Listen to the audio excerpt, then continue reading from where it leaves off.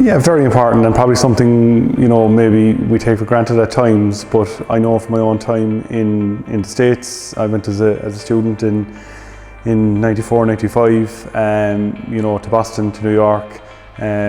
People maybe don't realise the huge amount of people who are playing in the States, now in Asia as well, you know, past pupils from the school I've taught in, you know, who would link with me, who are promoting our games outside abroad.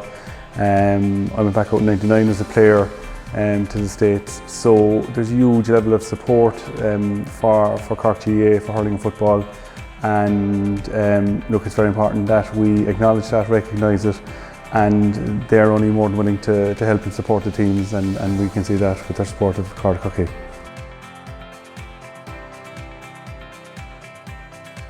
The week of the game is just, it's really small, very small, fine details that you're focusing on. The hard work is done, and it's been done weeks and months really in advance of the big game.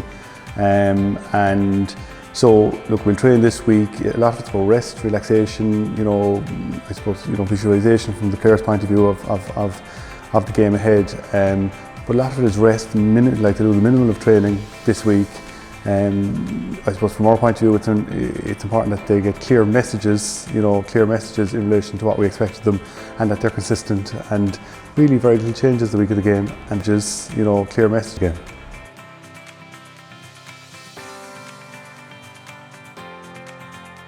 I don't think there's any other county in Ireland that could claim that sport would be essential to their psyche as Cork.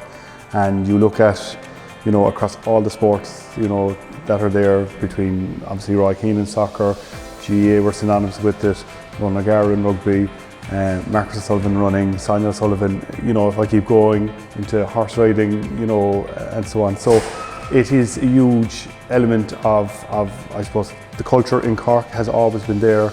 And I suppose from my own point of view, from a GAA background, you know, growing up and attending matches and you know, going to games and watching, you know, our great managers like Billy Morgan and Conor Coonahan, you know, in the past, and you know, I feel really privileged to be in the position.